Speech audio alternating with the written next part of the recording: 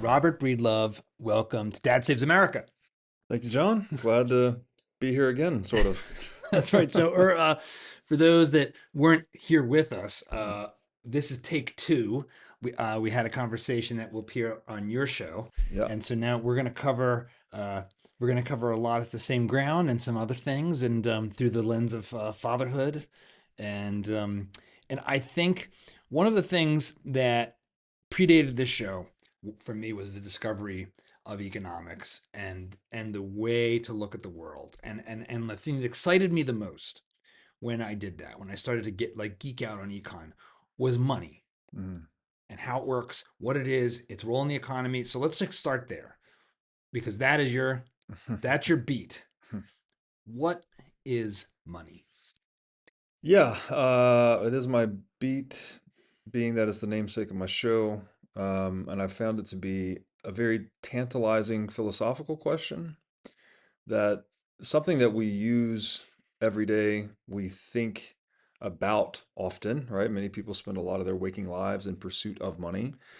You also think through it, right? We perform economic calculation in terms of money. But rarely do we stop to think about its nature, like what it actually is, the ontology of money. And we're over 500 episodes on the podcast now, and I've spoken to almost as many people. We've had a few repeat guests, and I've collected a document with maybe 50 different answers. So I find Wow. it interesting. It's almost like asking one of those very fundamental philosophical questions like what is truth, what is beauty, what is goodness, that you can just fill reams of text with all of people's answers and perspectives on it.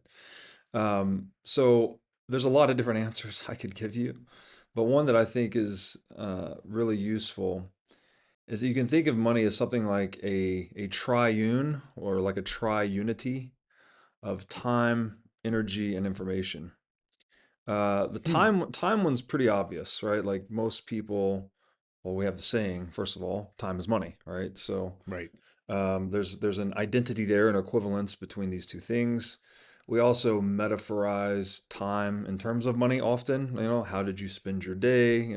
Make sure you invest your time wisely, Oh, something yeah. I like haven't that. really thought about that. You're right. Yeah. Yeah. Yeah, so we Yeah. take the like embodied experience of handling and transacting in money and we map it onto this abstract thing called time.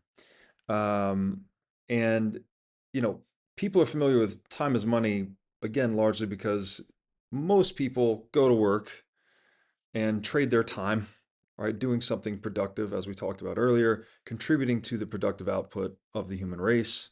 They are then awarded these little receipts called money that they can then later take back into the market and use that to redeem contributions from other people, right? To make their food or buy their shoes or their car or whatever the marketplace can bear. So you could think of money as like this medium through which we are trading favors or time with one another. And in doing so, it lets us specialize much more effectively. So you can just go to work and do the one thing that you're good at, trade your time into that effort and sell it to people that demand it and want it. And then other people can do the same thing. So we live in a world where everyone's benefiting from the best that each of us have to offer, right? This is what economists would call the division of labor or specialization. And that process is why and how we get more prosperous as a species, right? We develop better ways, better ideas, better recipes, better techniques for solving human problems better, faster, cheaper. And as we accumulate that knowledge across time, we build it in layers that we basically call civilization. I would say the accumulation of goods and capital is almost indistinguishable from civilization. Like if you could imagine if we snapped our fingers and all the capital and all the goods in the world disappeared, how people would act, right? We'd be reduced to barbarism pretty Yeah. quickly. And we wouldn't sustain the population that we have for as long as, it'd be a matter of weeks before the population would collapse just out of starvation. Exactly, exactly. And then, economists would say the time preference of everyone would go up significantly, which basically would mean all these goods and capital give us the luxury of sitting here and having our basic needs met so that we can think about the future, right? We can plan our present actions and frame them in what consequences and impact they will have on the farther future because of all the goods and capital we have. If we didn't have that, we'd be much more concerned about where's my next meal coming from. And so when you get that type of mentality, it's much more of a barbaric, decivilized world, basically. So by trading our time, we can basically optimize our time, optimize our productivity, our productive output, the accumulation of goods, and then civilization really flowers from that. You could even consider things like morality, right? We typically think of this as some kind of soft thing, but it's really kind of a technology, and it's something that we've built over time. And it's something that would go away if we all of a sudden, maybe not completely go away, but it would be impinged upon if all of a sudden we didn't have all these goods and capital in the world. So not to get too far afield, but money lets us trade time with one another, and that lets us become more than the sum of our parts, effectively, right? We get this emergent property of um, the division of labor, pretty much, that we all participate in. All right, I'll keep this quick. If you like what you're hearing and want to hear more, don't forget to hit that like button and subscribe to the channel so you won't miss our new content as it comes out every week. And now, back to the conversation. So that's beautifully said. There's two other components to that Yeah, too, but I'll please let you keep. comment on that. Well, I mean, one thing that just comes to mind for me about the way you've articulated that is that you're tying together multiple threads and multiple ideas that rest on top of money Hmm. that also point towards some of the things that make people uncomfortable with it. Hmm. You know, like there's the saying, the love of money is the root of all evil. Hmm. And so how do you think about that? How do you think about the moral challenge that our relationship with money has always had as a society? I mean, it's in the Bible. There's Hmm. like most of the major religions have had, maybe all of them have had some form of usury laws, so Hmm. like restrictions on how much interest can be charged on Hmm. money. How do you think about that? The kind of like innate human discomfort with this invention. Mm. Yeah, it's a good question. I would wonder too if that innate human discomfort has always persisted, or if this is more of a fiat currency type thing. Um, I mean, the biblical accounts of usury laws and the distrust of money changers yes, that goes back long enough before central banks for sure. yes, and it is in the Bible, right? The love Yeah. of money is the root of all kinds of evil. However, the money changers are a different story, in my estimation. These were individuals that were actually manipulating the weights and measures in the marketplace. So it wasn't the the fact that they were handling money that made them evil or that made Christ drive them out of the temple. It was more like they're telling people this thing weighs, it's not a gram. They had a different system of measurement. I don't know the name of the weights. They would represent it as one thing, but actually it would be less or more in the favor of the money changer. So I think it's in the Bible too, right? Dishonest weights and measures are an abomination to the Lord because Uh-huh. you are actually, the money changers are attacking the human ability to rationalize and to rationally deal with one another, literally attacking the ratio itself, the ratio of measurement, and therefore our ability to adapt and trade with one another. So that's how I just the money changers piece for that. But the moral component, I guess this comes down to the old adage that money is power. And it is power also is kind of an ambiguous term because, well, there's the physics definition of power. It's like Yeah. energy per unit time, which I think is the watt.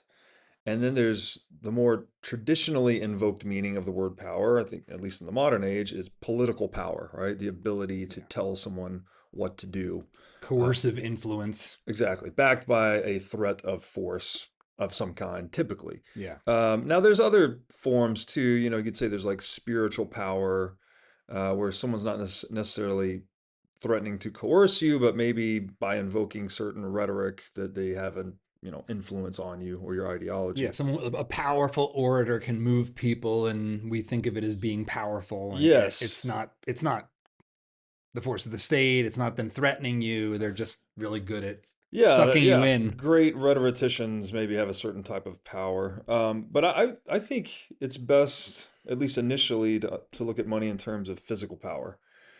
Which again, if that's defined as energy per unit time, that gets into the second leg of that triune that I mentioned, that money is time, energy, and information. So Yeah. what is energy? Energy is just the capacity to do work, basically.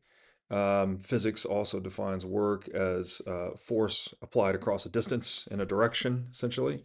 So everything that we do and everything that we create requires some input of human energy, human labor.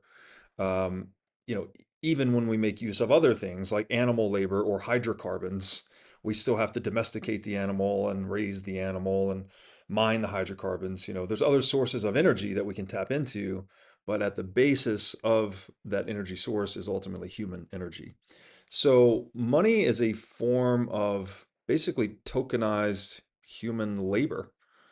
This Uh, is Smith, right? I think Smith's definition of capital was actually stored labor. Yeah, basically it is. And you could really, that gets into another definition of money where actually all assets have some degree of moneyness. It really comes down to, are you holding this good with the intention of consuming it, or are you holding this good with the intention of trading it in the future?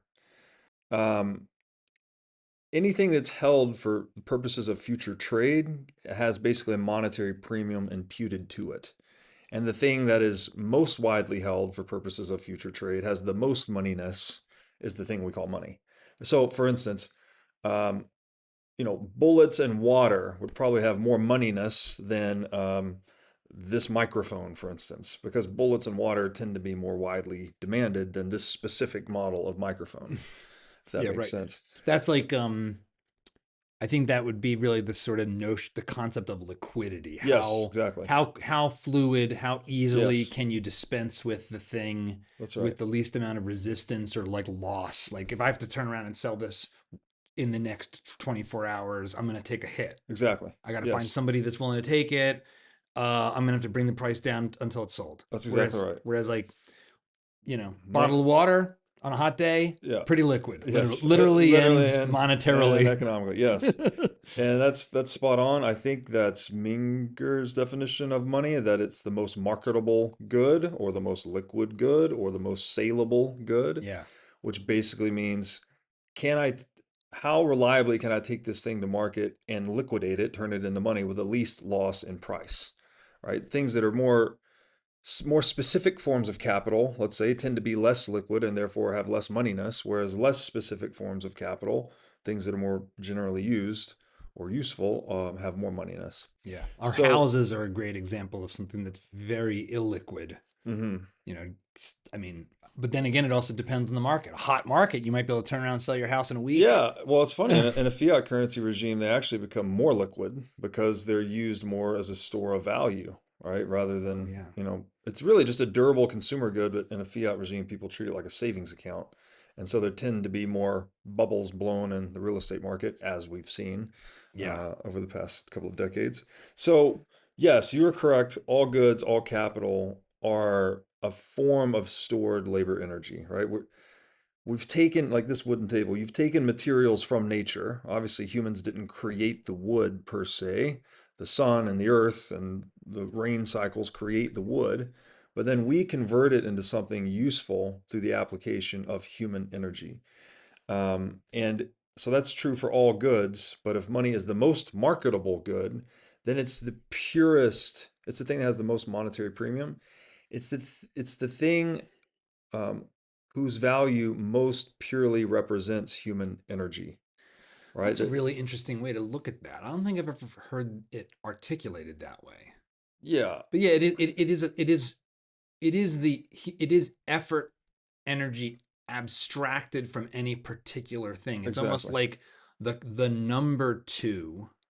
I mean, maybe it's even literally like this. It's like the number two without referring to any two particular items. It's Yeah, just we have $2, yeah, and you can buy anything that's worth $2 with the $2. It's an abstracted, purified version of the concept. yeah. It's a language basically, and you could say, it's been called the language of human action, but I would say you could equally call it the language of power. And I think that, again, there's this physics meaning that it lets you move human energy over time. Literally, Hmm. that's what we're doing when we transact in money, which if power is energy per unit time, then it's actually this language of power.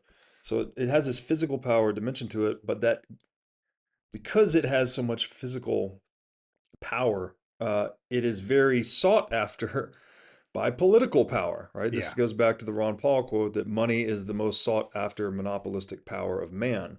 So, political power being the coercive dimension or institution of human affairs tends to gravitate towards money and the control of money because it affords the political apparatus a lot of control. Basically, it's if you can control the money and other fundamental things. I think what was Kissinger said something about like control money, control food, and control energy, and you control the world basically. And obviously, well, food is energy, energy is Yeah. energy, money is energy, as we've just established. So political power tends to coalesce to money because, and you could actually, this is the term economists use, money stores purchasing power, right? Right. Which is just the ability to for the goods that the money can purchase, basically. So politics being what it is, that it attempts to coerce humans to extract tribute from them, controlling the Yep. money is the most economically efficient way to extract that tribute. And again, explicit tribute we would call taxation, but you still have to send people a bill. You still have to get them to agree to pay. You still have to collect the payment. All right. There's more steps to explicit taxation. If you control the money, on the other hand, and you have a central bank and a central monopoly on currency production, more aptly called currency counterfeiting, you can just print money to extract purchasing power, to extract that tribute from people without asking their permission. Further, as we talked about earlier in the last episode, you can use that stolen purchasing power to create false ideologies and pseudosciences like Keynesian economics to then sell this idea to the victims of inflation that it's actually good for them. You need prices to go up a little bit every year, otherwise, the economy will crash. So you can deceive Yeah. people to accept this theft into their lives. So you start to see where political power gets really uh, dark and deceptive. The purchasing power stolen is also used to wage warfare. Um, Yeah, it's interesting. Historically, inflations are often pursued to pay for wars. Like in yes. one of the ones that doesn't get talked about very much is World War I happens right in the immediate aftermath of the creation of the Fed, right? And Mhm. so you have this desire to pay for the war, and the Fed immediately starts expanding the money supply to accommodate Mhm. that, and you get a big inflation. And in fact, even the um, what happens in the aftermath of that boom and bust is one of the best refutations of this idea that you need to like deficit spend Right. to get your to work your way out of a recession, because they do the opposite and you have the roaring 20s coming out of Yes. it. Yeah. but but yeah, war and inflation are very closely linked. What are some other examples of that you think are worth people knowing about throughout history? Well, I mean, almost every time that's been the primary excuse for any central bank historically to suspend redeemability. So, central bank holds the gold, they issue paper on top of it that makes the gold more transactable basically because gold is heavy and cumbersome to use. So if you abstract it into a banknote, that makes it more portable and transactable. But in times of crisis, typically war, banks will suspend that convertibility and they'll say, no, you can't redeem your paper for gold anymore. So that, I mean, this goes back to the Bank of Amsterdam, which was the first central bank. This was also the central bank that the Bank of England was patterned after. And it's almost like clockwork. Anytime there is it could also be an economic crisis, but it's typically war. War is the most expensive activity that humans can possibly engage in. You're literally mobilizing capital and people to destroy capital and people. Yeah. It is diseconomization. It is the opposite of economization. And just to layer on criticism of Keynes, I mean, Keynes and his modern um, proponents like to say that war is stimulus, that World War Yeah. II got us out of the Great Depression. Absolutely ignorant. Yeah. So, Yeah. up is down, left is right. Yeah. Yeah. It's truly unbelievable. But I mean, I guess suffice it to say that money is, you could think of, Lord Acton has this famous dictum that power corrupts and absolute power corrupts absolutely.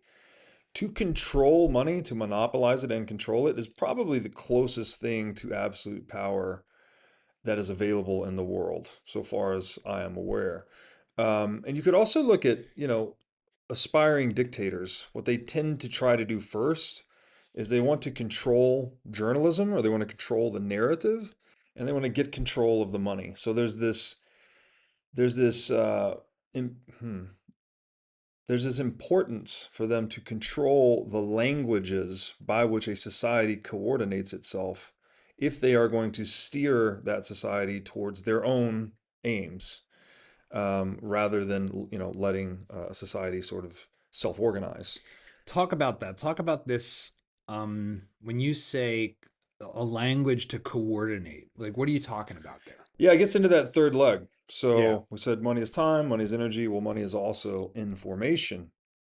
And so what is information? Well, it's actually I think it's better understood as a verb than a noun, actually. We tend to think of information as like this thing we're moving around when we talk or when we send an email or whatever it may be.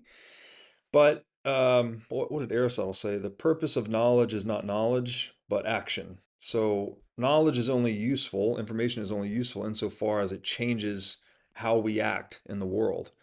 So information, when you basically, there is a finite supply of capital in the world, or goods, and there is an infinite amount of demand, or at least wants.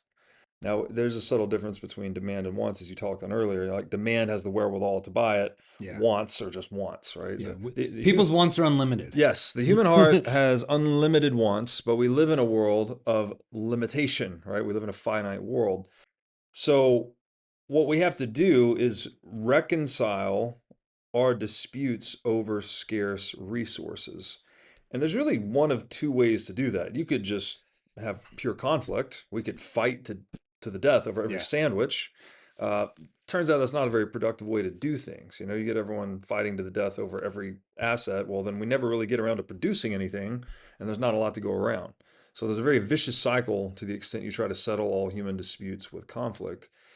The other possibility is to resolve disputes over scarce resources with contract. And contract is just consensual trade, right? I Yeah. agree to do this, you agree to do that, we agree to this. And uh, if the contracts are written well, which is really just means written consensually, such that each individual is looking out for their own self interest, that tends to be the way in which we increase productivity and prosperity. So money is like a contract. Well, as we said earlier, it's a contract to gold, technically, originally. That's what currency was. But you Yeah. could look at it a bit more abstractly, in that it was this sort of social contract that if I go into the market and provide certain useful favors, I get this receipt that says I will get useful favors from people in the future, right? So there's Of a equal or of greater, equal or greater yeah, value, equal or hopefully. greater value, Yes. hopefully. Yeah. Or equal and lesser value at 2% a year. Yeah, well, if Or you've been tricked into swallowing that pill, for sure. But there's this social contract element, right? Like, you wouldn't Mhm. accept pieces of paper for your 8-hour shifts if you didn't know with a certain degree of conviction that you could then trade that paper in the future to other people for favors. Yeah, there's a leap of faith that is baked into money. So like to such a degree that it is almost ridiculous. It's like Yes, you just have a piece of paper that is clearly worth virtually nothing. right. And yet, if you go walking around with a big fat wad of it, somebody's gonna Yeah. he Yes. might Yeah. not last that long depending on Yeah. the neighborhood you're in. Yeah. And it's just paper. Yeah, I think it's called the Thomas theorem, that if man acts as though a thing is real, then it is real, basically. So we do have this unique capacity to organize ourselves under symbolic structures. And if we act as if the thing is real, well, then in effect, it is real, right? People will kill you over those wads of paper that are basically worthless, but because everyone acts as if they're worth something, they are worth something.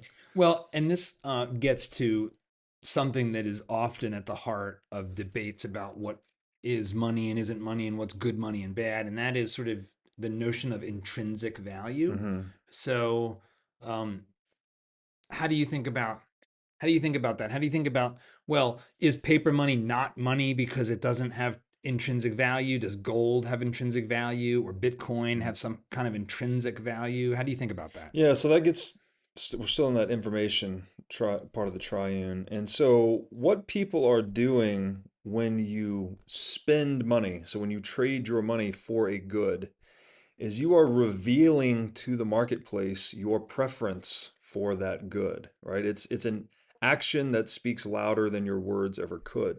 So, for instance, when I sell a car, right, I'm doing the opposite. I'm liquidating an asset for money. I'm telling the marketplace or signaling to the marketplace to make less cars, actually. But if I do the opposite and say I go and buy a house, so I'm trading my money for a house, I'm signaling to the marketplace to produce more houses.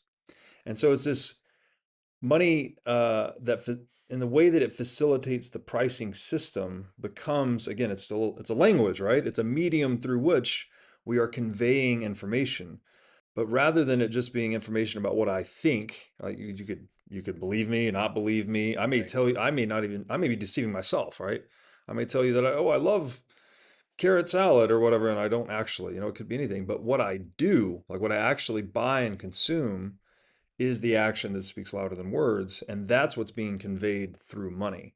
So that's why, again, money is like a language of power or a language of human action, and that signal that's propagating through money, the pricing signal, I think it's one of the most important forms of data compression in the world, if not the most important, because every producer and consumer in the world of any particular good doesn't need to know any of the story or the qualitative aspects of that good. I gave you the example, I think, on the last episode that if there's an earthquake in Chile and it interrupts the flow of copper into the marketplace, I, as a copper producer, don't need to know what happened. I just need to see price of copper went up, and I'm incentivized to produce more. If I'm a consumer of copper, I'm incentivized to produce less or find substitutes.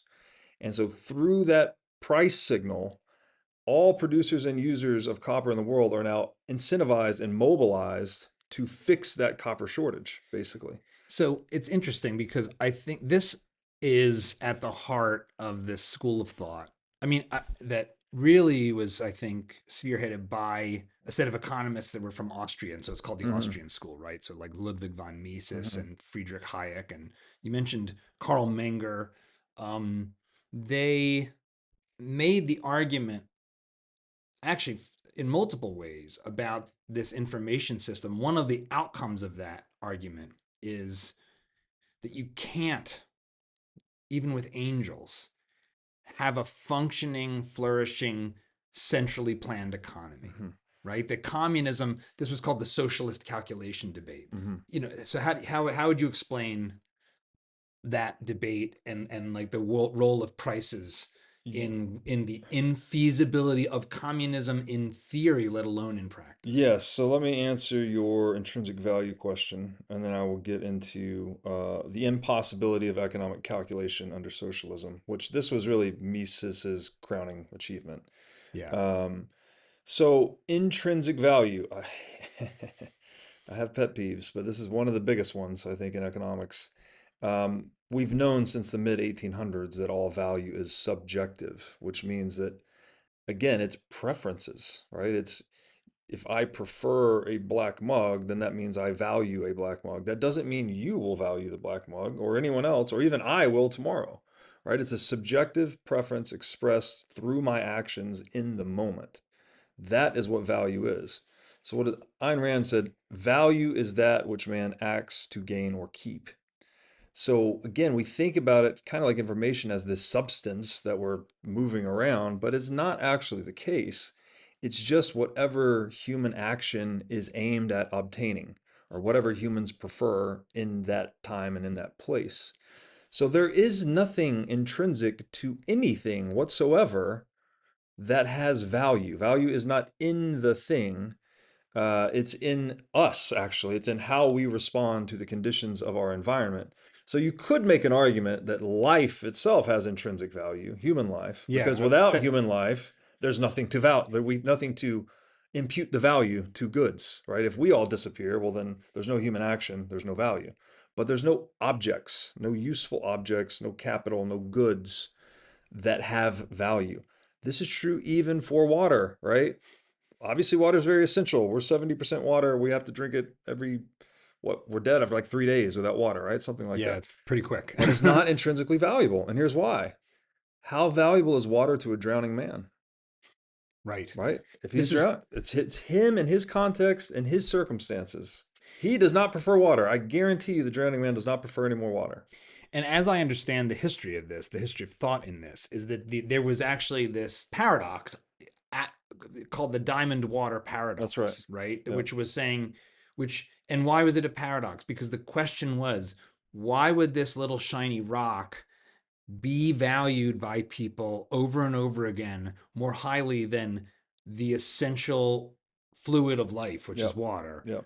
And what Carl Menger discovered or realized is it's because the value is subjective and it's set sort of at the margin. At the margin. That's right. At the margin, meaning like the next unit of available stuff. That's right. So a drowning man in the ocean, there's water everywhere. Yeah.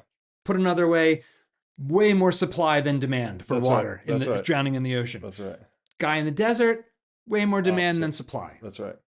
And this in and of itself like pulls essentially the pins out from under Marx and communism, or it pulls one of the essential ones, which is this notion of the labor theory of value and Yes. exploitation, and that, right? I mean, you know. So let's talk about the Austrians and socialism. Yeah. So you're absolutely right. So not only is value subjective in that it's expressed by each individual in their actions, right? Their decision to buy or sell a thing or hold a thing, but it's also done at the margin. So it's not how do I value the totality of all the water in the world? It's the next unit of water. And so since value is um, subjective, it's also not a cardinal value, it's ordinal. So it's What does that mean? first, second, third, fourth, basically, right? You have Ordered. an ordinal stack of preferences, right? I prefer to do this first. If I can't do that, then I'll do this instead. If I can't do that, then I'll do this. You could think the analogy I've heard used is like best friends. Like you're gonna have a first best friend and a second best friend and a third best friend. You wouldn't say like, oh, I have 68 points with this friend and 38 points with this friend. Like it doesn't apply to that. It's an order of preferences, whereas cardinal numbers are more like actual prices, right? This costs $4.87. This costs $13.12. So, and the back to the information component before we get into pricing, that's what pricing is doing. It's making a social appraisal of valuations collectively on a particular good at the margin. Basically, it's like, oh, what did a willing buyer and seller last trade this for? Yeah. And so it's discovering what, amid all these unlimited wants of the human heart and this limited supply of everything, what is an actionable cardinal number that we can use to calculate with, to perform economic calculation? So I go to the grocery store. There's a carton of eggs. It cost X, cost $4. Mm-hmm. A couple months later, there's a bird flu epidemic. The supply of eggs has shrunk dramatically. People have the same desire for eggs and hunger for eggs as they used to. Demand hasn't shifted. Yep. So I go to the store and now the eggs are $6. It's like, oh. Yeah. And that gives rise to a bunch of activity. Maybe I'm going to eat less eggs. Yep. Maybe more people are going to get into the egg business. Maybe I'm going to switch to substitutes for eggs, like something else. I'm going to eat more meat or eat more soy or whatever. But that's all information that I don't need to, I didn't even need to know, like, as you were saying before, Yeah. about the bird flu. I just know, hmm, eggs are a lot more expensive than they Yeah. used to be. Yeah, absolutely. And if again, if you consider that most people spend most of their lives engaged in a professional pursuit, right, which is working, there's a lot of data about what people are doing, right, and why they're doing it, and all of this. Like, okay, that's too much. You couldn't possibly know all of this about everyone in the world, but all of that information gets compressed into this one number. And so it's really kind of miraculous when you think about it that way. It's I think it's one of the most, again, I said it earlier, just one of the most effective data compression technologies we have. But it just emerged naturally, right? As Hayek would say, this is a product of spontaneous order, not conscious design. There was no one that, there was no committee that sat down and said, we're going to, barter's complicated. Let's have this money thing and then we'll price everything in that and we'll all have, more data throughput. Like that never happened. It just, like language, it has emerged naturally through the history of evolution and ultimately economies. You talked about the socialist problem and Yeah. And I mean, yeah, to come back, it's like you have this moral discomfort with accumulation of wealth, with inequality, with money. You have it's some of it's got a biblical component to it, and then along comes Karl Marx and other socialists, but he ends up being the biggest one because the Soviets push him into the world mm, basically from obscurity. Uh, and to this day, something like almost 30% of Gen Z in recent surveys say they think communism might be worth a shot, that they have a positive crazy. view. Yeah. But why is it impossible? Yeah, so Karl Marx himself said you could summarize Marxism in one sentence, right? The abolition of private property. Um, Private property is just the ability of an individual to own, control, and dispose of any particular asset without coercion or interference from anyone else. So basically, individuals own the means of production and they can trade with other individuals via consensual contract. That is capitalism. So that's one end of the spectrum, right? Yeah. Perfection of private property, let's say. And we don't have this anywhere in the world, but that is the ideal that capitalism represents. Communism exists on the other end of that spectrum. There is no private property whatsoever. The state owns everything, you own nothing.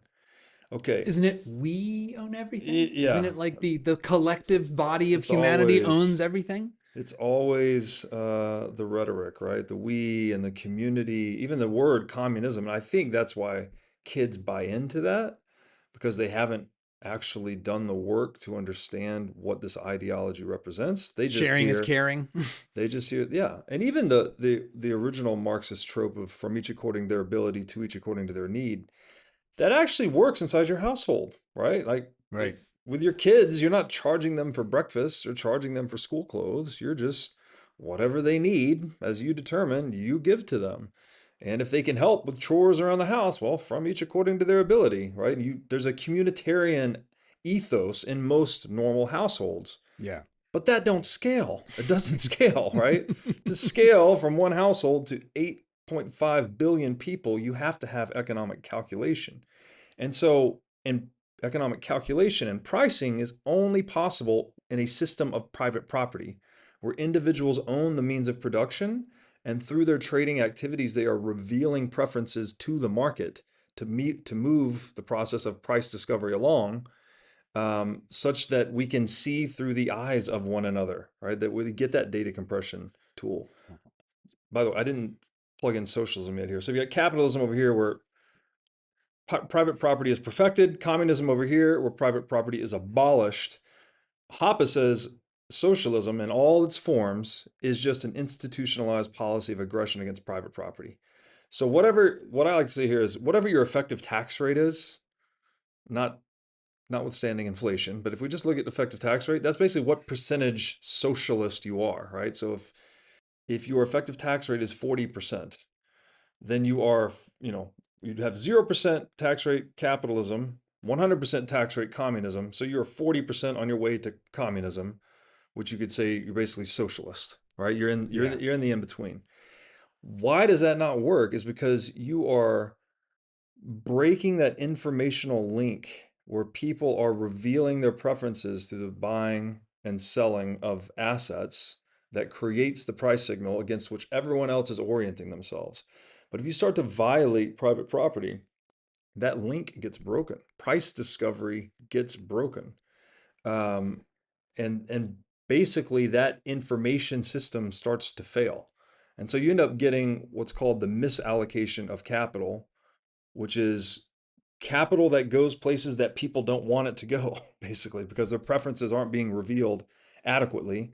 And instead, capital starts to go in the direction that the violators of private property want it to go, which are statists and bureaucracies and whatnot. And that is how you end up with what the situation you described earlier, right? Where you have starving people, and then the state goes and destroys food supplies. Um, Yeah, it's this as I understand it in the Soviet Union, this was so instantly a problem that like right after the Bolshevik Revolution, they sought to collectivize the mhm, farming. mhm, And it and therefore no farmer yeah, owned their farm anymore. They were all working for the collective, which is yeah, just the state. And it instantly failed. So it instantly yes, failed, right. such that they immediately backtracked on that part. And yet everything else was also still broken. So they were routinely doing things like, as I understand it, importing Sears catalogs from Mhm. America to try to copy what the price That's of right. things would be That's right. because That's right. there was no bidding process. There was no like go to the store and something's getting marked down because Yes. nobody wants it, or something's getting bid up and so we need more of that. Or there's the subjective preferences on one side, the demand side, and Mhm. then is there is that is there enough of the stuff? Yes. The supply side. Do we have enough eggs? Do we have enough chickens to make the Right. eggs? Um, You simply don't know. You're not, because price discovery is preference discovery.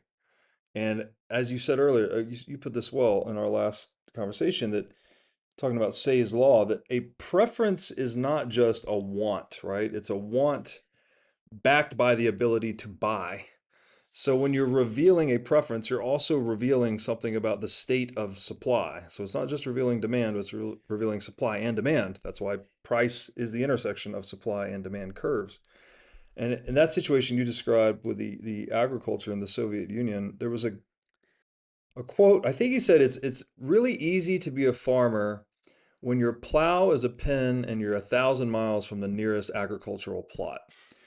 These guys, central planning, right? They're just sitting right. in an ivory tower. Oh, here's what we're going to tell the farmers to do. Send them this letter and tell them to do it. And it totally aggravates that knowledge problem that Hayek beautifully outlines in The Use of Knowledge in Society in his essay, that the guys in the ivory tower have no idea how to farm, right? That's just a fact. The farmers know how to farm, but the farmers were receiving these letters saying, "Oh, you better do this way or else." I I And uh, surprise, surprise, it didn't work. I remember reading about in under Maoism, which was just like, let's try this again here. Yeah. One of the cockamamie ideas that a central planner came up with on the basis of nothing was, how we'll increase yield through deep plowing. And so they Mm-hmm. told everyone to just plow deeper and plant seeds deeper in the ground. Um, and that didn't work. And it Yeah. led to, so you had mass famine, or they had a war on sparrows for some Yeah. reason. And that caused all kinds of ecological destruction.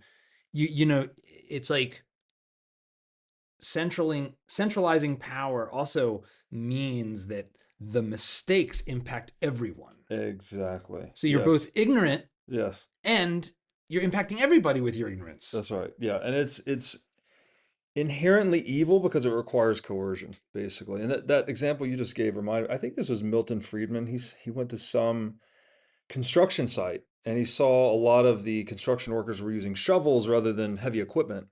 And he asked them why. And he goes, "Oh, when we use shovels, it increases the number of labor hours. So we get more work." He goes, "Why don't you just give all the guys spoons?" It's like, it's this type of thinking that Right. the economists can come and just blow it out of the water immediately. But to central planners, they're like, "Oh, well, we need a, It's a jobs program. it's a jobs program." Exactly. It's busy work. And so it really, I think, to use more of a modern technological metaphor, it's really centralized computing versus decentralized computing. Centralized computing being central planning, decentralized computing being capitalism, basically. when you consider that each human has a finite cognitive bandwidth and attention span, right? We can only take in so much data through our senses, through our cognition at any one time. Yep. We can only handle so many problems at a time. If you try and centralize that decision making, not only do you have to now aggregate all the data from all the people that are being centrally planned, pass it to the central planning committee, have them evaluate it and make a decision, and then pass it back and enforce it. Because, by the way, none of these people want to do this, they're all being coerced into it. Then they move according to that plan. Whereas in a decentralized free market capitalist model, you have what did I call it? The man on the spot, right? You are there in real time Yeah. with typically a very intimate knowledge of the craft that you've probably been doing for multiple decades. If you're a farmer, you know the weather patterns, you know the seed, you know the crop, you know blah blah blah blah blah. You are most uniquely and optimally positioned to respond to that situation, to achieve the aim of whatever it may be. In the case of agriculture, to grow crops, right? To get Yeah. crops that are harvestable out of the ground. There's no one else on earth that's going to be better at that job than that guy, than the man on the spot. And so central planning is undercutting itself. Like it's not acknowledging the data throughput that's optimized when we leverage everyone's attention span and cognitive bandwidth to be focused on the solving of large problems from multiple angles, and coordinated through collaboration and price signals. Whereas central planning is saying, no, no, no, we have a few academics in the ivory tower that have the ultimate central plan. It's a plan so good, in fact, that if you don't implement it, we will bludgeon you over the head. And It's so glorious that we need to threaten you with it yes, because we can't exactly. persuade you. Never mind. Pay no attention to that part. Yeah, it's Never mind the gulags, everybody. This is a great idea. Trust me. exactly. And I mean, one example that it is compromised now because of the way this system's been gamed, but the in the before times, my favorite example of this was how Wikipedia had been demonstrated to be as accurate or more, and certainly broader coverage than Encyclopedia Britannica. mm, So, it's the wisdom of crowds. It's, mhm, oh, there's a page on optimal strategies for Pokemon cards, yes, which would never right, happen in Encyclopedia Britannica, right, but there's all kinds of people that play Wikipedia, play Pokemon, yeah, and so they're not just going to create that thing that wouldn't otherwise exist. They're actually going to know the facts. yes, Of course, like Wikipedia has become the accuracy of Wikipedia goes down the more politically polarizing yeah. the page is, it turns out. So there starts to be essentially lobbying. So it's just like everything else. Yeah, and fiat currency is what drives that political polarization, in my opinion, too. That when you're printing money, you're dividing the gap between rich and poor more and more. Well, people that get more divided economically tend to get more divisive politically and ideologically. So let's switch to that. So you have this really beautifully articulated notion of what money is. This thing that we all take for granted, we all use every day. You have this what it means in reality to have money represent reality, Hmm. or be divorced from it and Hmm. let that all be run by top down central planner Yeah. types. Um, what what is inflation, and what does inflation do to the society? Help me understand, where does inflation come into the picture? Yeah. So I'm going to first disambiguate monetary inflation from price inflation. And honestly, we shouldn't even use the term inflation at all. I think it is a euphemism that was injected through Keynesian economics, that we really should be calling it what it is, which is monetary debasement or monetary depreciation. Um, let's just say that the price is going up, which is what most people mean when they say inflation, is a consequence of arbitrarily increasing the money supply. Now, artificially increasing the money supply requires a couple of things. It requires, one, a legal monopoly on currency production. Now, I tend to call this legal monopoly on currency counterfeiting. Now, that may sound a little bit counterintuitive because you're like, how could it be legal counterfeiting? That doesn't make any sense. Crime isn't only legal, right? You can also have spiritual crimes. You can have moral crimes. And the existence of a legal monopoly that is a central bank basically requires that it uses coercion to keep everyone else out of the currency production or the currency counterfeiting business, Right. right? So it's a I can't just print dollars, but the Fed can print all the dollars they want. that's right. This is the opposite of equality in the eyes of the law. This is the opposite of the equality of souls. That if anyone can engage in this business legally, it's not causing any social harm, right? If it's a legal business, why can't anyone do it? But you can't. Yeah. And so uh, when you see it that way, and we'll just call monetary inflation, which is the actual arbitrary increase in the quantity of money or currency in this case. Talking specifically about monetary inflation, I like to summarize it as the following: inflation is legal counterfeiting, counterfeiting is criminal inflation. They are the exact same activity, whether you print a few $100 bills on your counterfeit printer machine over here. You don't actually have one, by the way. I'm just saying hypothetically. Or if Jerome Powell and the Federal Reserve do it to the tune of $6 to $8 trillion, it's the exact same activity. There is Yep. no difference whatsoever. There's no economic distinction whatsoever. It's just a matter of who's legally authorized to do it and who's not. So it's a matter of which way the guns are pointed, as I like to say. Yeah. Why is this bad? It's Yeah, because can we just isn't this how we got out of the Great Depression, or didn't this save us from the COVID collapse? Like, what's bad about printing money? definitely not. So if we go back to our definition of money as time, energy, and information, printing money is stealing human time, first of all.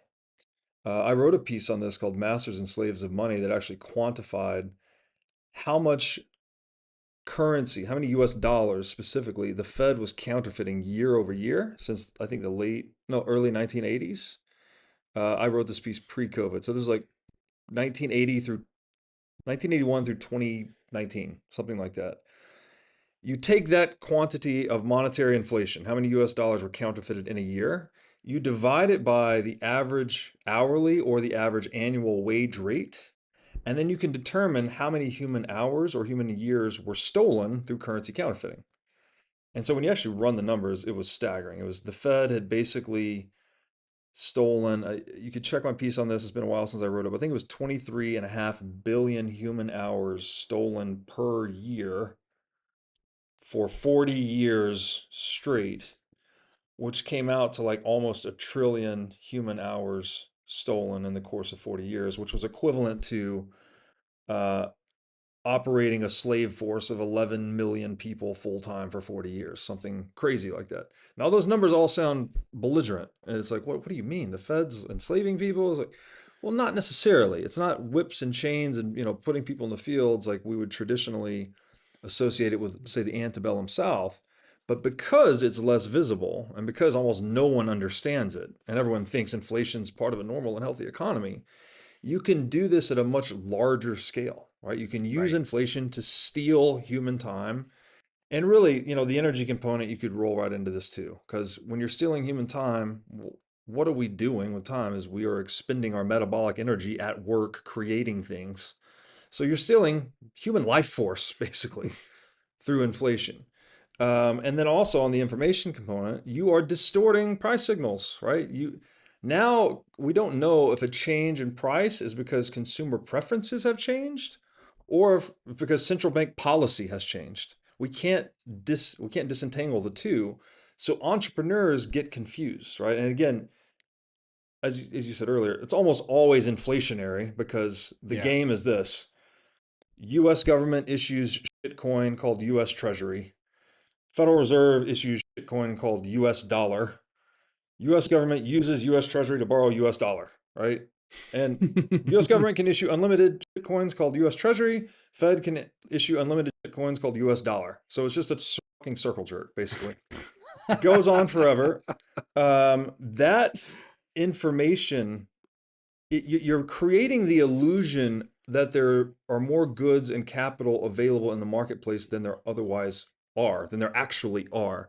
Well, yeah, I So mean, one way to think, entrepreneurs yeah. embark on these quests to go out and solve human wants better, faster, cheaper. However, they are misled by these faulty price signals. So they invest in things that can't that there's not enough actual savings to bring to completion. So you get these like half completed projects. When you get enough of these half completed in the project, enough of these half completed projects in the economy, you get what's called a recession. Basically, that's where people can't, oh, everything's going bust and nothing works, we've misallocated all the capital, there's not enough goods to finish the job that we started a few years ago. Like, that is, again, this is Mises's crowning achievement, the Austrian boom and bust business cycle. Yeah, you see this so um it's so easy to it's easiest to see, I should say, in housing booms and busts, Mm-hmm. right? Because A, demand for housing is very responsive to interest rates. Mm-hmm. So when the Fed is expanding credit and pushing interest rates down, or setting interest rates lower the way they do with their current regime, that's a little different. Um, you end up with more demand for housing. But if there isn't more savings, if there isn't more productive capacity to make houses, Mm-hmm. housing projects get started, and the we've seen this happen Oh yeah. in each of the booms. People, you think about like these housing developments where the sign goes up and you can pre-purchase for Yeah. this new development. And Phase funny one. enough, like as it keeps going along, the cost of the later units keeps going up to the point where the price they had offered it for isn't going to make them any money by the time they're done building the units. Yeah. And so the thing goes bust. It's like you're trying to outchase the printing press Yes. and running out of real stuff along the way, Yes. because Uncle Sam is literally stealing it away. They're printing money, the Treasury is taking that money and using real stuff up with the money. That's right. That's So right. the stealing That's right. really seems like it happens when Uncle Sam or Uncle Sam's buddies, like the military industrial complex, Yes. turn around and use the new money to buy stuff, to use actual physical stuff That's up. right. That's right. And I think this is the source of so much confusion about the nature of money, is that people think money is the thing, right? That we're actually using to build the houses, for instance, right? Like, oh, Yeah. you need to build the house, you just need more money. It's like, no, actually, you need materials and labor. And Yeah. so, the map is not the territory, as his name escapes me, a philosopher famously said.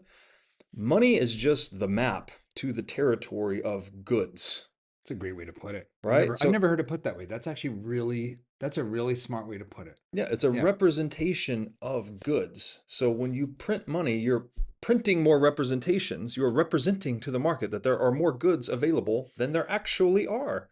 And people fall for this deceit, and you get the boom, and then you get the bust, right? And then the problem is, with every bust, the Keynesian central bank economic policy response is always print more money, right? Create another boom. And so, but it has to be exponentially more each time. You'll notice we printed $700 billion in 2008. We printed 8 trillion in post-COVID world. Yeah. So that's more than a 10x, right? It's exponentially more because with each round of money printing, you're putting exponentially more liabilities into the system. All of those dollars are printed at interest to the Federal Reserve. Before the government even gets them, they're paying interest to the Federal Reserve.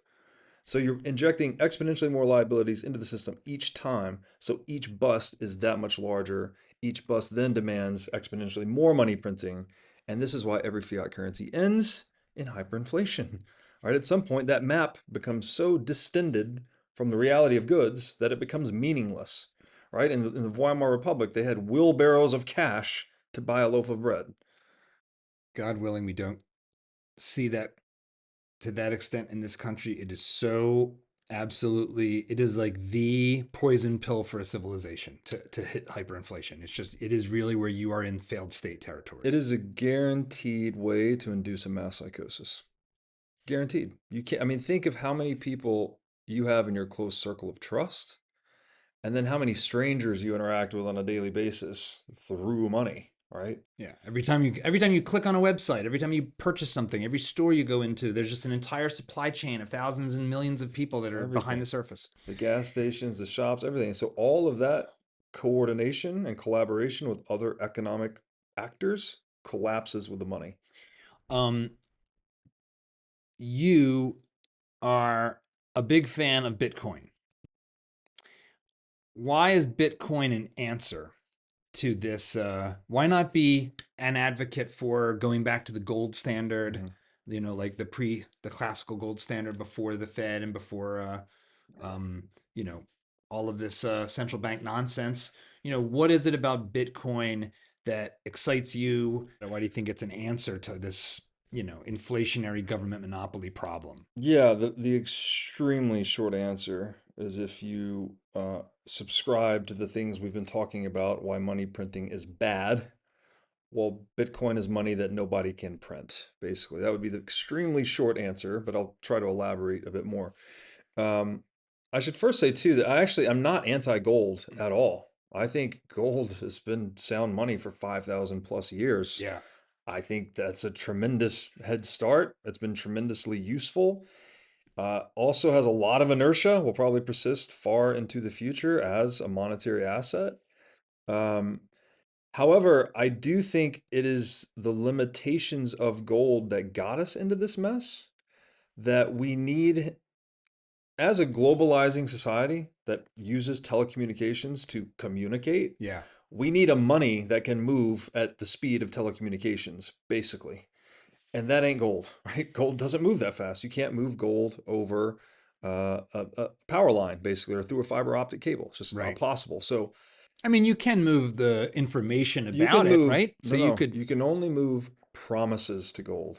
You can Fair. only move Yes. IOUs to gold. And Yeah. so you always have the counterparty risk that cannot be eliminated. You cannot get finality of settlement with gold in the digital age.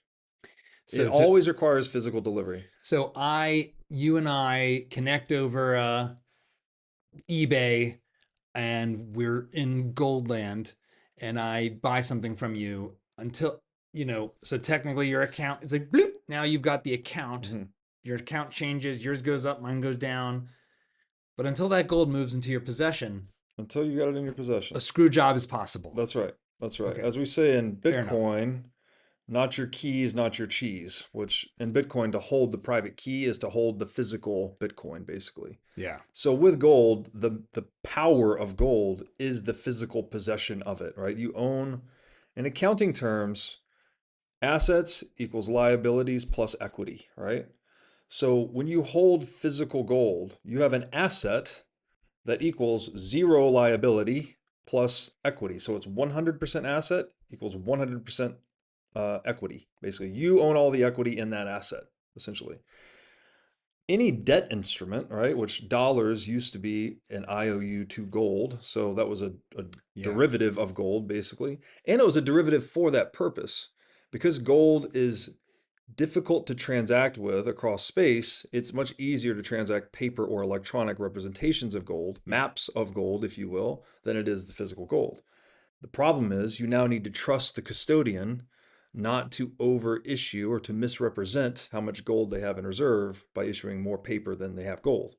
Right. So So even as of 1971, technically internationally, the Fed was tied to gold for international that's settlements. right. So So they still had a limit on how much they could print before dollar holders abroad were like, "Hey, yeah, why don't you give me the gold instead? Because calling your bluff, I don't basically. like what you're doing." That's right. And then 71, Nixon closes the gold window and says, "Oh no, we're 71." I think is properly understood as a maybe it's the second federal bankruptcy of the United States, Yeah, it because I think the is first would be the gold theft of FDR, and then this would 1933. That's this would right. be the second one. So we've already Yes. gone bankrupt twice in this country, That's right. actually. That's right. That's right. And it's another good way to look at inflation as a slow motion default, basically. The government has taken on too much debt that it can't pay, so it prints money to plug the gap and puts the cost of that money printing on citizens, basically. So when you're holding a dollar, even if it's gold backed, you're holding an asset that equals liabilities plus equity. It's only a liability, right? It's 100% someone's liable to deliver that gold to you that it represents, but you don't have it yet. So you have an asset that's basically zeroed out by the attached liability. And until you have that liability satisfied with the physical delivery of gold, you don't have gold. You don't have money. You have a promise, basically. So, and fiat currency would be the ultimate illegitimate promise, basically. It's, money that was used to be gold, but now it's never going to be gold again. And we all just believe it because it's some confidence game. So, why do I like Bitcoin and why do I like gold? It comes down to this for me. You could look out into the future that we're going into, and I think there's two broad characterizations of it. One is a world that has um, maybe no electricity, no internet, no artificial intelligence, right? Let's say we have some dystopian Yeah. whatever, Some kind of EMP, some solar bad flare, times. Kamala Harris, whatever it is, right? Whatever the thing is that causes all these Right. modern miracles, that we've really grown to depend on. Like, let's just admit it. We depend on electricity and the internet. AI, not quite so much yet, but I think we're going that Going way. real fast. Going that way. Yeah. In that world where none of these things exist, right? And we're back to the kind of wild, wild west, bullets and water kind of situation. Gold is going to be the dominant money for sure. Like, it's already got the 5,000 year head start, got a very strong social consensus. Central banks around the world hold 25% of its supply, so they will always support its use as money, even if they try to obviously confiscate it from people. That's the reason Yeah. they're confiscating it. So, in that world, gold is the definitive sound money. It is the ultimate monetary layer. In this other vision of the future, where we do continue to have electricity and the internet and the proliferation of I have a very high degree of confidence that Bitcoin is the dominant money. And it really comes down to the reason I just shared with you is that that's the only neutral monetary asset that you can settle and scale without depending on the promises of other people. So I don't need to trust anyone, right? Just like you don't need to trust anyone with physical gold. That's why it's so important to hold physical gold, right? If you have a promise of physical gold, you don't have physical gold. You have Yeah. an IOU.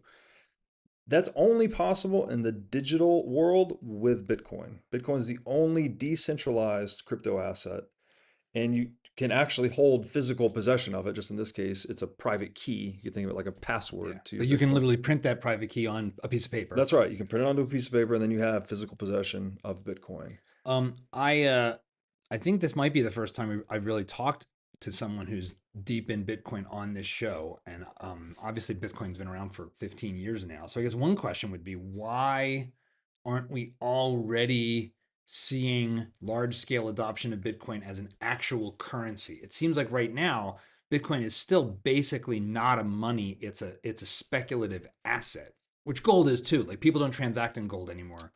So I mean, I know you can sometimes pay for things in Mm-hmm. Bitcoin, but that's pretty rare. So what's taken so long? Yeah, well, a lot of ways to answer this question. So, first thing I would say is that Bitcoin has cleared $7 trillion worth of transactions in 15 years. So, I wouldn't say that it's not settling transactions. I mean, it's being used as a medium of exchange. However, it is more so used as a savings device. And I think when you look at the evolutionary history of gold as money, it gives you a good indication as to why. So, gold originally was just a collectible, right? People would find this shiny rock in a riverbed. Yeah. It's pretty, it looks like the sun. Like, let me just keep some of this. Um, and over time, because it's rare and difficult to find, it transitioned into being a store of value, which meant that its purchasing power tended to go up over time because we could produce more goods more quickly than we could gold. So when you denominate things in terms of gold, well, then your Yeah. purchasing power in gold went up. So it was a collectible that became a store of value. Once it had accumulated enough purchasing power, people start to transact in gold as money.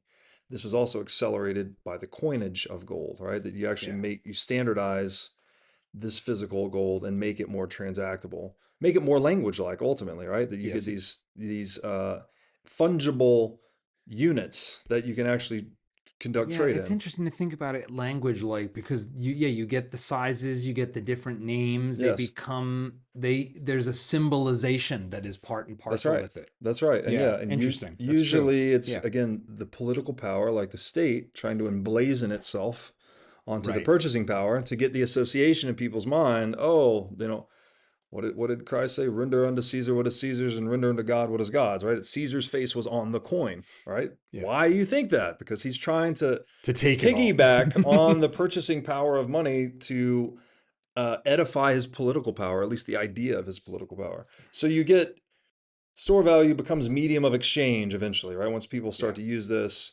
And again, it's messy.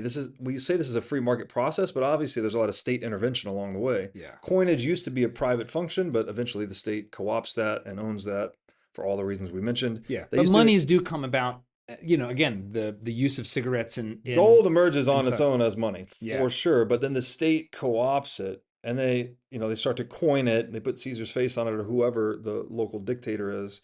And then they also started to engage in coin clipping, right? Where they would melt down the coins, clip off part of them, reissue them at the same face value, but they would take 10% off This the is the skim. debasement of the currency. The Or original debasement, yeah, right?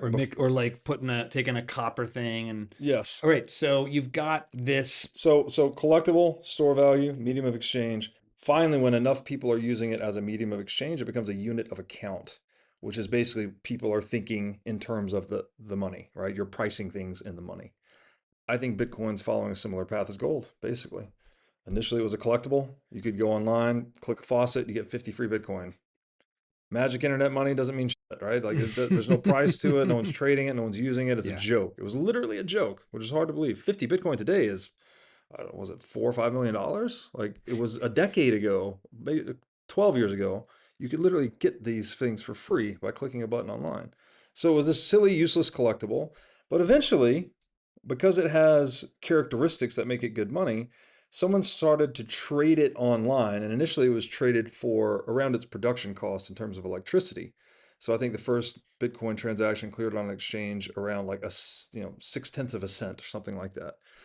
So now you've got a market, right? And it's actually being traded because it has this fixed supply. Its purchasing power starts to go up. So as there's more demand to trade in it, its purchasing power increases. So It is eventually, it is interesting. I was just thinking about the fact that mining gold, one would argue, and I think like climate activists like to argue that, oh, the energy use in Bitcoin makes it a problem. But mining shiny metal involves massive amounts of energy use, and it's like, isn't that just wasn't that if that was a waste? There's a lot of energy expenditure into things that someone could deem wasteful. well, wasteful is a value judgment. And As as a we learned earlier, right, all value is subjective, yeah, right? is One if man's junk is another man's treasure. Who's to say that all this energy going into LLM queries isn't wasteful, right? Well, I might consider it wasteful. You might not. All that really matters is like, do you have the wherewithal to pay for it and buy it? Well, then it's not right, wasteful to you, and so therefore there's a market for it. So, yeah, but to your point on energy usage with money, that is the only means in a universe governed by thermodynamics to secure a money supply from counterfeiting. It is the proof of work necessary to protect gold from counterfeiting that makes gold good at holding value over time. if you could just take any old rock and put it in an alchemy machine, Exactly. the value of gold goes to zero. It's interesting because it's like we've actually had this with diamonds because you Yes. can Flat manufacture diamonds. Yes. diamonds Yeah. and their value has gone down. Yes. And we can also do it with gold, just not the energy involved with creating lab grown gold right now is extremely high. So it's not economically viable, basically. But if you ever get the energy cost low enough, we could have the same situation with gold, So which is another reason I don't like gold in the long run. I prefer Bitcoin. So to finish the trajectory on Bitcoin's evolution, goes from useless collectible, becomes a store of value. People do transact in Bitcoin. Like I said, $7 trillion of transactions settled in 15 years. I mean, that's massive. You can compare that to Amex, MasterCard, Visa. Like it's in the same ballpark, might be bigger yeah, than them. But the incentive right now is to save in Bitcoin because it's a $1.3 trillion asset, but it's competing for a $250 trillion market space. So wait, is that the U.S. dollar so that would sort be of dollar global denominated? global M2s are at 120 to $130 trillion. And then government bonds as well, which are used as a store of value, are north of $100 trillion. Gotcha. You could also, and you could get beyond that, there's a store value premium imputed to things like equities and real estate and commodities, where people are just holding these things because fiat currency doesn't hold its value. So Right. like, well, I'm just going to hold this instead. Yeah, that's one of the things that this modern money printed fiat currency regime has done to everyone. It has forced us all to take more risks than we That's right. otherwise would That's right. to preserve our savings and our efforts Yes.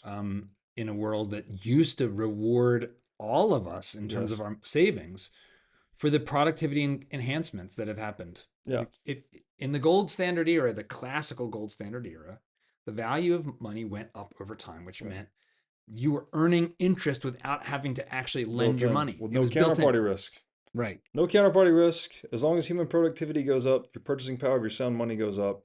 You don't need to be a day trader to preserve your purchasing power, right? You can just do what grandma told you, make more money than you spend and hold some savings.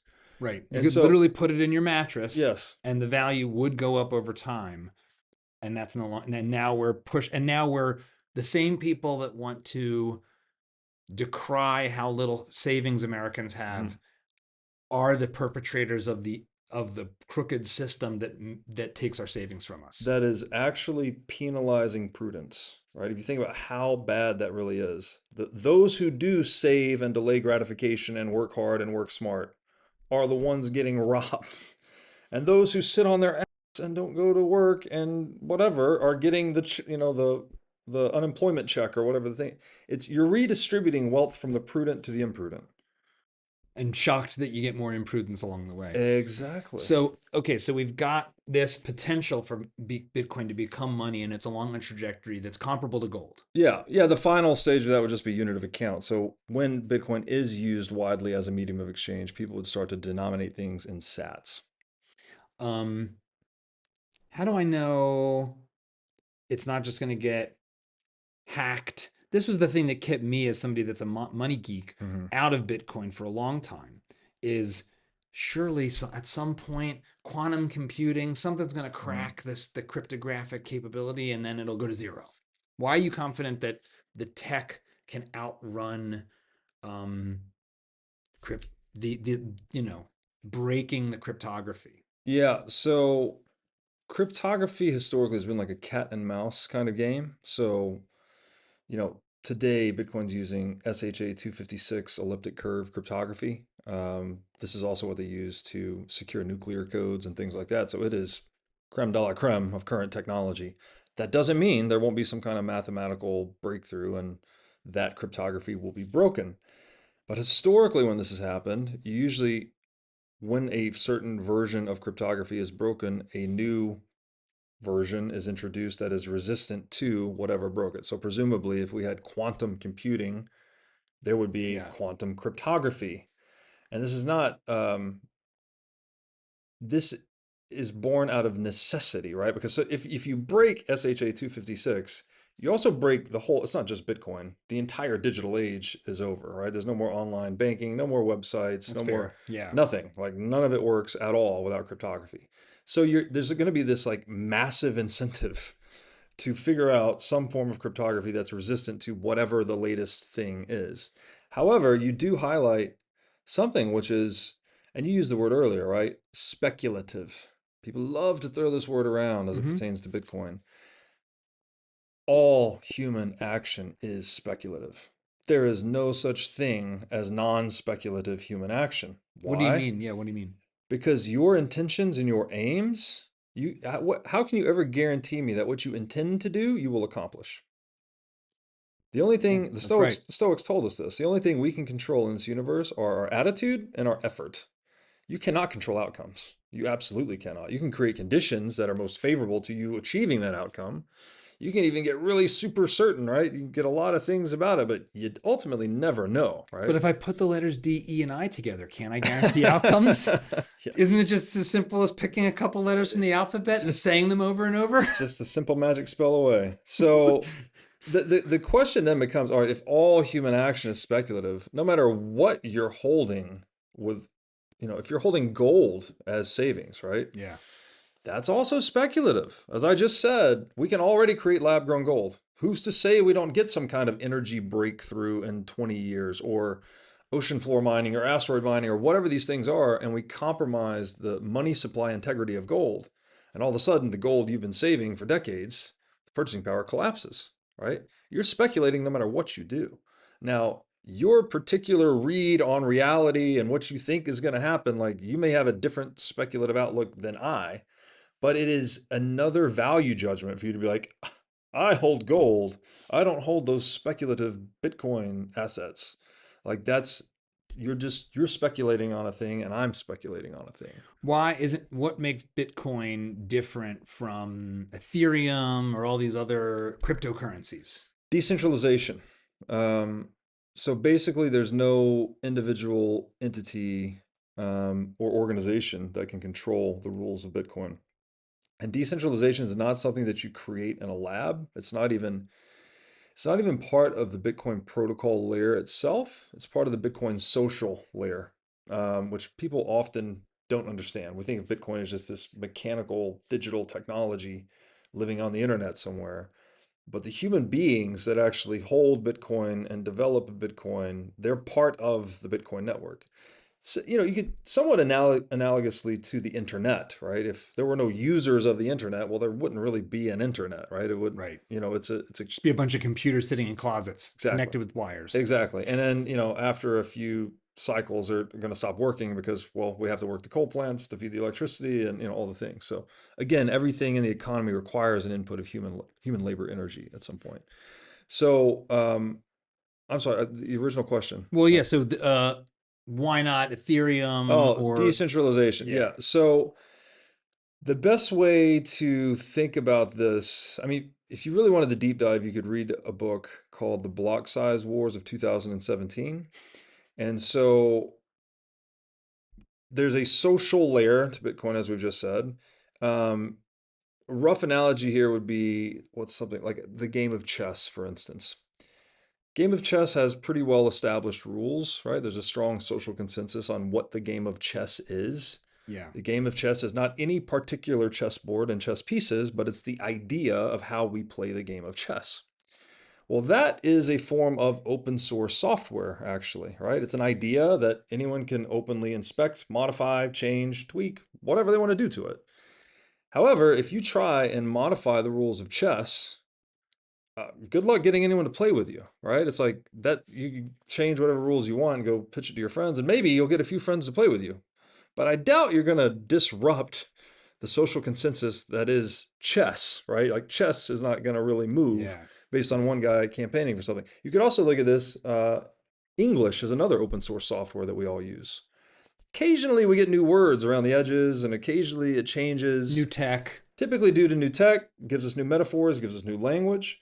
But it'd be really hard to imagine any individual or group of individuals, for that matter, grabbing English and saying, "No, everyone stop speaking it that way. Start speaking it this way. Start We're the new speaking English." Esperanto. Yes, It's been tried. it's been tried. Yeah, uh, Yeah. even things like standard units and measurements. Kilograms. All these things. They're kind of open source software packages.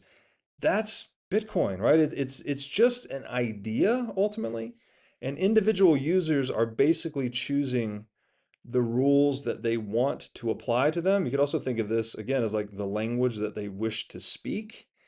And that point of social consensus, whatever all the individual users decide for themselves in their own self interest, that is Bitcoin. So that makes it decentralized and resistant to unilateral changes. That dynamic doesn't apply to any other crypto asset, even Ethereum, right? Ethereum is the number two crypto asset in the world in terms of Yeah. market capitalization. In 2016, there was a DAO hack, which technically is not even a hack. The developers of Ethereum had a bug in their software. Someone exploited that bug and got away with $160 million. Well, the developers of Ethereum decided to roll back the chain and fork it off and make it such that that hack never happened. Okay? That's not a decentralized chain. That means they censored the chain. They They censored the literally, transactions. so they could do anything they want, That's right. So technically. you're beholden. You have to trust this group of guys that they're going to do what they say they're going to do. Again, Bitcoin's the only digital money in the world that doesn't depend on the promises of anyone. And this is what makes it so important. The We could go on for hours together, man. Hmm. You're one of I don't mean to blow smoke up your rear, but you're actually one of the clearest articulators of these ideas I've ever spoken Thank you to. so So much. I know a lot of these Austrian economists and stuff personally. So a lot of times the great thinkers are actually not great expositors. Um, I've just been doing it every day for like 5 years, so yeah, I'm glad it's paying off. having to deal with these ideas in discourse really sharpens your steel. Um, I know we've got our time is somewhat limited. We are in, we're sitting, I won't date us too specifically, but we're sitting here amidst perilous times. I'll say that so it can be a little more general. uh, how should I, as a American, as someone who heads a household, as someone worried about the future, think about the role Bitcoin might play if things get a little too weird for us all. Like whatever that might mean. EMP, political takeover of the Fed that Hmm. suddenly puts us into Argentina time, Hmm. which could come from any angle, frankly. It's like there's been talk of politicizing the Fed worse Hmm. on both sides of the aisle. So there's not necessarily, we got a lot of surface area for trouble. Yeah. How might understanding the monetary system protect me and my family? Hmm. Yeah, it's a great question. Obviously very relevant. And to start with a broad answer, I would say that in really the optimal strategy in the face of uncertainty is optionality, right? When the world is very uncertain and chaotic, and there's a whole lot of things that could happen, and you can't see 10 feet in front of your face, right? Metaphorically, right? Through time. How do you respond to that, right? You can't get bearings on what's happening. You can't even trust your own read on it because things are changing so quickly, and there's the whole combinatorial explosion problem, right? Like all the combinations of things that could happen. How do you deal with that? And I think the general answer is create the widest set of options possible for yourself, right? So that no matter which way reality shifts or what problems may arise, you are most adequately positioned to respond to those situations effectively. um, Money specifically is a tool of pure economic optionality, right? It lets you acquire anything that the marketplace can generate. So I think having savings of sound money, again, whether this is physical gold in your possession, physical Bitcoin, it's digital, so it's not really physical, but Yeah. holding your own private keys and Bitcoin in your possession, and even holding this dirty shit coin called dollars, because for better or worse, it is the currency that runs the world right Right. now. And so having physical dollars and dollars in bank accounts, multiple bank accounts spread out different places, maybe different countries, maybe different businesses, all of these things to diversify your exposure to all of the geopolitical uncertainty that you're living in. These are all really good ideas for increasing your optionality. Take it a step further. Probably need some firearms. Probably need some bullets. Probably need some good local network and connections and friends and community. Um, you Yeah, know, one could say that the ultimate monetary metal is lead. yeah, yeah, that's true. That's true. In times of peak uncertainty and Yeah. peak dystopia, bullets do become one hell of a money. That's for sure. Um, and so, but I'm more optimistic. I mean, this sounds very pessimistic, but it's hope for the best, plan for the worst type of Yeah. situation. Um, Also, in the scope of giving yourself options, I think looking into multi-flag theory is very useful, where What does that mean? you actually look to establish citizenship or residencies in other countries. So you get multiple passports, multiple citizenship cards, whatever it may be. Not I only can you tax optimize yourself, which, by the way, can be a massive financial savings. If you reduce, whatever the average US tax rates, maybe in 30%, something like that. If you do the Puerto Rico strategy and you live there, you're between 2 and 4% flat tax on income. So you're saving 30+% on taxes. If you compound that over a lifetime, and so you're getting even a Enormous. moderate return, 5% on that money, you're talking about a decision that makes hundreds of millions of dollars for even people that aren't making that much money. Like it can be in the tens of millions of dollars because the compounding is so high and the savings is so high. So to start thinking about these things in terms of tax optimization obviously gives you a lot more money and options, but also gives you more jurisdictional options. It's better to have those outs established early than when you need them, right? It's much harder to obtain these options under duress.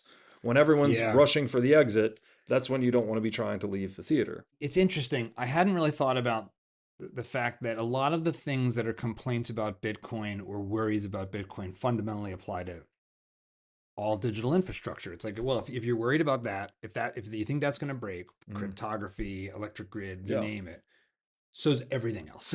that's right. Yeah. So it's no more a bet on um it's just like every other kind of bet you have to make that is contingent on a bunch of It's other stuff. speculative. It's all speculative. And that, at the risk of oversimplifying, I basically decompose my future outlook into two versions, right? It's one with internet, electricity, AI, Yeah. one without.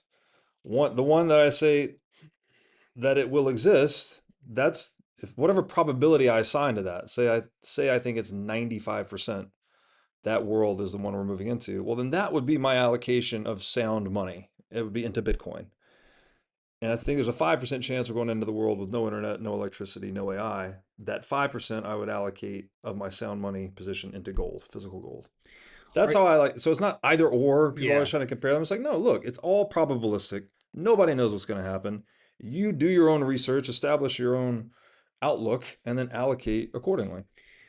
Are you fundamentally, not just emotionally, but in terms of like your a sum of your sense of the world, an optimist or a pessimist for America specifically, not just for humanity, but for America?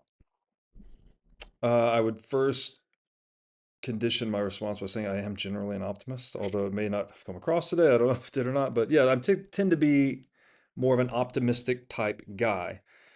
Now, for America specifically, ooh, this is a hard one. Blue states in the United States have gone a really terrible direction over the past 4 years.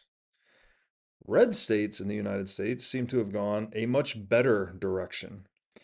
I've also been encouraged. So it's almost like there's different countries inside of the country, right? So it's kind of hard to answer the Yeah. unified question about the country of the United States. When you grew up in a red state, I you moved did. to a blue, now you're Yeah. back to a red, right? So Yeah. you've sampled a lot. Yeah. I was red, moved to another red, two blues, back to a red. So yeah. And the blues were actually okay until the pandemic started. Then they really started to show their true colors, to me at least.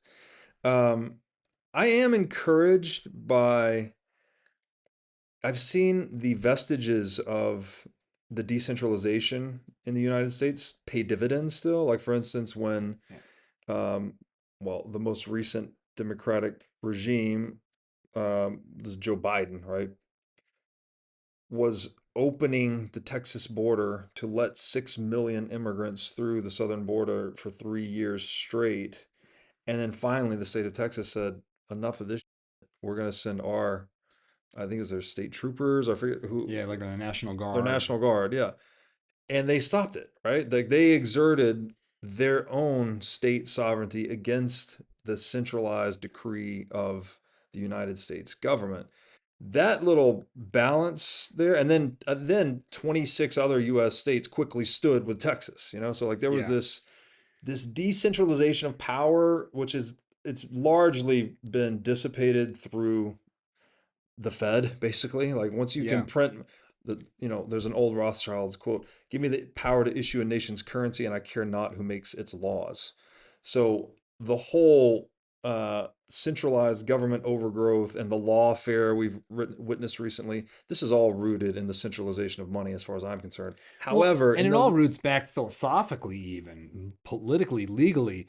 1913, Woodrow Wilson, that is a Rubicon that gets crossed in this country. Like, mm, that is the birth of essentially American shifting into something that looks more like Mussolini fascism. Hmm. The hybridization of big government and big corporations, this, if not wholly central planned, certainly centrally guided Yeah, expert technocrat. Oh, I'm a Princeton guy. yeah. And uh, I mean, we are still living in the America that Woodrow Wilson created in a lot Yeah, of it ways. was the beginning of the centralization, and this is what the founding fathers fought against, Yeah. right? Like, Yeah. guys like Washington and Andrew Jackson and the whole legacy were resisting this. But yeah, we've now been dealing with that for over 100 years. There are, again, these vestiges of decentralization though that still pay dividends in a way. Like Yeah. it was mostly in well, the U.S. Constitution's great, although it's not being fully, um, let's say it's being ignored to some extent, but state constitutions and state powers are still exerting some authority at a local level, which is good, right? I think if anything, we want government to be local, Yeah. right? And this is also something I think Bitcoin contributes to in the long run, is that it bankrupts when you bankrupt the central bank, you don't get this mechanism for limitless unilateral transfer of purchasing power to the centralized state and thus limitless overgrowth of the centralized state and therefore a shrinking of local state power relative to central state power. When you break that, you get more power at the local level. So Bitcoin will make government local again. And that's a great start, right? Yeah. You're at least being governed by people that you have more face-to-face interaction with rather than just being a row on a spreadsheet at some three-letter agency. So all of that gives me hope. And then I do think that the United States is something like our spiritual Alamo in a way, that there is a push to replace the US Constitution with some UN treaty. And I think that, the freedom of speech is obviously it's the First Amendment for a reason. It is under attack because it Yes. is standing in the way of the implementation of one world government. So, in a way, being an American, I feel like we are born in revolution. We are born in rebellion, right? As Benjamin Franklin's crest said, rebellion to tyranny is obedience to God. Like that's in our blood and our DNA. It's who we are. And so I feel like we do have to stand here and stand up against all these tyrannical forces in the same way that our founding fathers did. Like it is our duty as men to do so. I will end with this, and we're gonna have to have you back because I know, and I'll encourage everyone to watch the part one of this Mhm. conversation on your channel, and we'll put a link to it. But I ask this of every guest. The show's called Dad Saves America because I believe, and here at Emergent Order Foundation, the organization behind it, um, that as men, being a father, raising your kids is the thing that you can do heroically to build a stronger family, stronger community, Mhm. stronger country. It's a vector for human action, Mhm. a role that you can play that actually makes a difference, that isn't just language and rhetoric, it's Mhm. real. Yeah. How do you think about your role in the American story? Oh, that's a very deep question. Prior to getting into Bitcoin, I've always loved to read. I've always been a nerd, basically. And I think I really considered myself more of a spectator of history, I suppose. Like you're just reading about what all these great men have done and blah, blah, blah, blah. But something about going through the Bitcoin rabbit hole, plus becoming a father, plus the pandemic, having a young child during the pandemic, um, forced me to accept my role as a participant in history. And I don't have a perfectly formed answer for you for what that means yet. I mean, I work on it every day. I work as an educator right now. I work as an investor in the Bitcoin ecosystem. I do think Bitcoin is a technology that's more American in spirit than the U.S. Constitution, even. Wow. At least insofar as that it can't be ignored. It's not just scribbles on a piece of paper. And look, I'm a huge proponent of the Constitution. I'm not trying to demean it in any way, but ultimately, Constitution is an enumerated list of things the government can never do on a sheet of paper. if they don't do the things that are on the sheet of paper, well, then the Constitution's not as useful as it is intended to be, right? Yeah. Bitcoin is a system of economic incentives that sort of induce these actions that are enshrined in the U.S. Constitution, right? The pursuit of life, liberty, or I'm sorry, life, liberty, and the pursuit of happiness, which came from Magna Carta, which was life, liberty, and the perfection of private property, basically. I consider Bitcoin to be the perfection of private property, and I think it helps induce life and liberty. So I don't know. With my life, I want to point it at propagating the message of life, liberty, and property. I really think that is the basis of a moral and prosperous existence. I think it's the exclusive philosophical scope of government. I don't think government should do anything beyond the preservation of life, liberty, and property. It should get out of every other business. And I hope to, I guess, imitate and channel the spirit of the founding fathers. I think they were tapped into Christ consciousness. We talked about George Washington recently on the show, the guy that wins the American Revolutionary War, Yeah. at the end of which they want to crown him king. And he says, absolutely not. That's not what we fought for. We fought for a constitutional republic. And like the level of philosopher king energy that guy had to turn down that Yeah. temptation and give us what we have today. Like I hope I can like be a candle next to that sunlight. It's so unbelievable because if you think about it, had he taken the kingship, we would just be another Britain. We'd just be another Empire of America or whatever they called us. It is amazing to think that here he was, and as I understand it, the Cato Institute is named that after the story of Cato, a Stoic story Mm-hmm. that was a play that Washington had his troops put on during the Mm-hmm. depths of the Mm-hmm. Revolutionary War to lift their spirits. It's like, Mm-hmm. oh, how we've fallen, but maybe we can get back to that classical virtue. I hope sound money brings us closer. I don't think there's a mantra in Bitcoin that Bitcoin fixes this, right? That or fix the money, fix the world, as we say. Um, I don't know that it's not going to fix everything, right? There's a lot of work we have to do inside of ourselves, but I do think that incentives largely shape who we are and the histories we create. So I think if we fix the incentives, then we can set ourselves up for a much brighter future. Robert, thanks for being on Dad Saves America. Thank you so much, John. This is great.